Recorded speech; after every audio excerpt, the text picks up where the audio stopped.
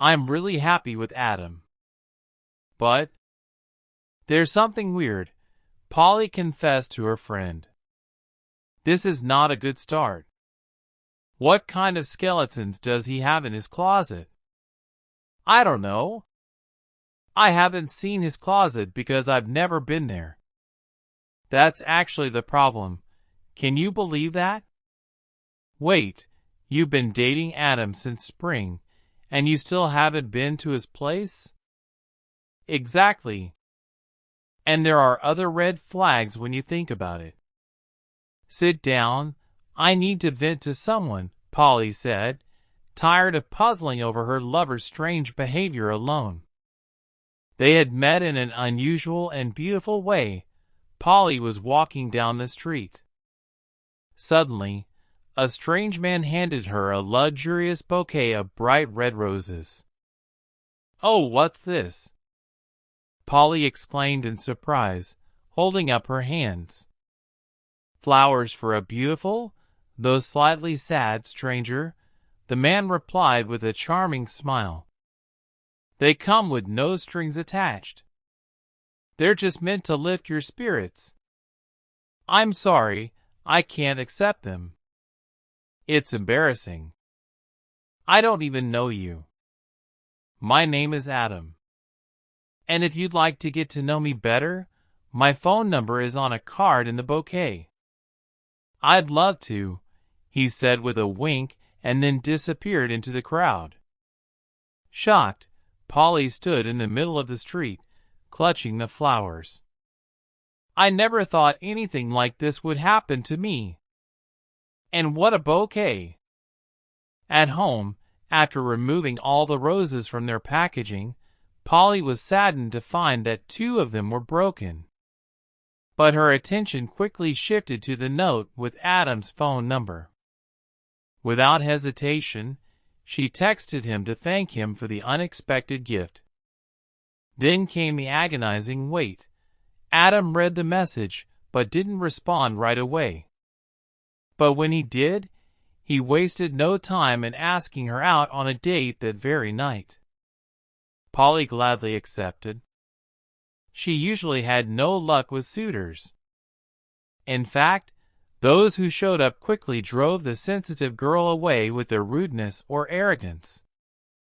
For example, one of the guys she dated spent a long time talking about how he liked to eat 4 cutlets at a time, and then asked her what she would cook for him. "Should I cook for you?" Polly asked in surprise. "Of course. After all, I'm looking for a future wife. So I'm asking what you cook to see if it's worth starting a relationship with you." What a romantic. That's enough for me today, Polly thought as she found an excuse to leave the date early. Another guy Polly decided to meet turned out to be a quirky joker. He spent the whole time telling her poor jokes and asking her if she thought he could put his fist in his mouth while trying to demonstrate this trick. The last straw for Polly was when her date suddenly exclaimed, "Wow, what a pole!" and then ran to climb up a lamppost. "You wouldn't believe what he did, Lily. I was so embarrassed and uncomfortable. And when he started climbing up the pole, I just turned around and ran away from him as fast as I could. Sorry, I thought since he was funny, he might be a good match for you," apologized Polly's friend, who had suggested the date in the first place. Funny and totally nuts are 2 different things, Polly concluded grimly. And then, in the midst of all these failed attempts with young men, the charming and romantic Artem burst into Polly's life. On their first date, he behaved impeccably, making appropriate jokes and tactfully showing interest in his companion and her hobbies. Polly was thrilled to meet him, and the 2 quickly bonded. But there was one thing that increasingly dampened Polly's happiness. Adam never invited her home.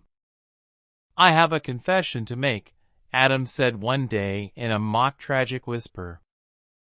I can't have you over because I still live with my parents. What's so terrible about that? I live in a dorm myself. I'm still in my 5th year. The terrible thing is that my parents have strict rules about my personal life.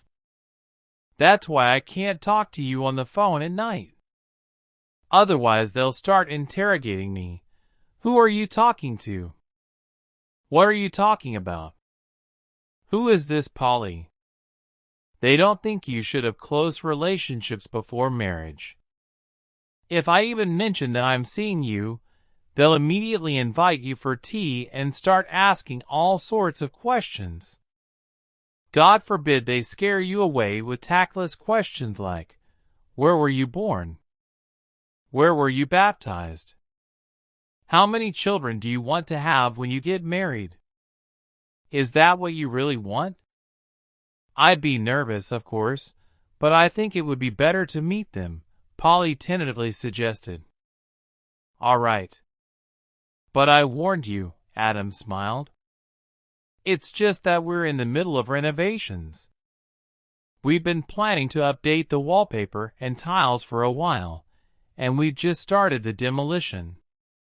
I'm covered in construction dust all the time. There's no way to have guests over right now. When it's done, I'll tell them I met a special girl. But for now, let's just enjoy each other's company. I've booked a hotel room for us until the evening. The weather is so beautiful right now. Maybe we could go to a barbecue with your friends this weekend? It's hard for me to go anywhere on the weekends. I'm helping my parents with the renovation. And most of my friends are married. When they go out, it's with their wives and kids.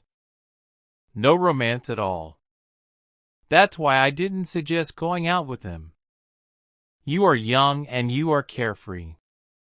You wouldn't be interested in discussing household matters with my friends. Adam tried to gently dissuade Polly. The more eloquently Adam explained why it wasn't possible to meet his parents and friends yet, the more suspicious Polly became. I don't get it. On the one hand, he looks at me with such loving eyes, but on the other, it's like he's keeping me out of his life, Polly wondered. Another oddity was that Adam never returned her calls or messages in the evening. Polly stopped calling him, remembering his strict parents, but she still couldn't understand why it was so hard to answer a text message. Anything Polly sent in the evening, during non-working hours, went unanswered by Adam until late at night. He would respond either after midnight or the next morning. His excuse was always the same. He was busy at home with the remodel and talking to his parents, so he couldn't get back to her. With each passing week, Polly grew increasingly anxious. After several months passed with no change in their relationship, she began to feel jealous. Maybe Adam has another girlfriend he sees in the evenings? And he's only free for a limited time on the weekends. We'd never even spent the night together in the hotel rooms we rented. It's strange that his parents won't let a 30-year-old man spend the night outside the house. Polly thought as she tossed and turned in bed, unable to sleep. Adam, I'm getting tired of meeting you in hotels like some kind of mistress, Polly said one day, unable to hold back any longer. Are you hiding something from me? What the hell? Adam exclaimed. I've told you everything about my parents. Am I not worthy to meet them? Or is it that they won't accept an outsider? What's the problem? It feels like our relationship is a secret from everyone you know, Polly continued to probe. Don't be so dramatic, sweetheart. You're my darling. How could you be so stupid? Listen, I can promise you right now, as soon as the renovation is finished, I'll move your things into my room, and then I'll tell my parents that we're getting married. I don't care what they think. The most important thing is that you accept my proposal. Will you marry me, Polly? Are you proposing to me? But what if your parents say no? I'm the one who's going to live with you, not them.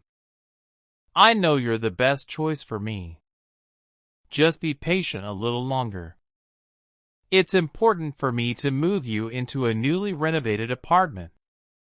Now tell me, will you move in with me and marry me? Of course I will. This is so unexpected, but so. Polly was so overcome with emotion that she couldn't find the right words. I suspected him for nothing. I'm so glad Adam didn't take offense. I can't believe I'm a bride now. It's no wonder I saw that bridal shop in the mall last week with a gorgeous dress in the window. I'd love to buy that dress.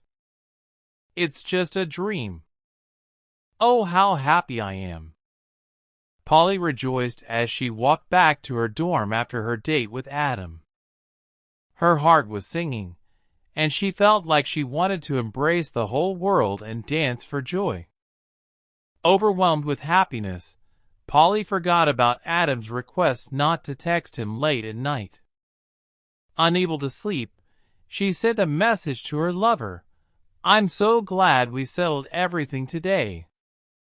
I miss you so much already. Polly wasn't expecting a response so soon. She grabbed her phone in excitement and read, "Why are you texting my husband?" Shocked, Polly stared at the message, unable to comprehend it. But then a photo came through that made her heart sink. It showed Adam asleep with a children's book, next to a little boy with tiny arms hugging his father.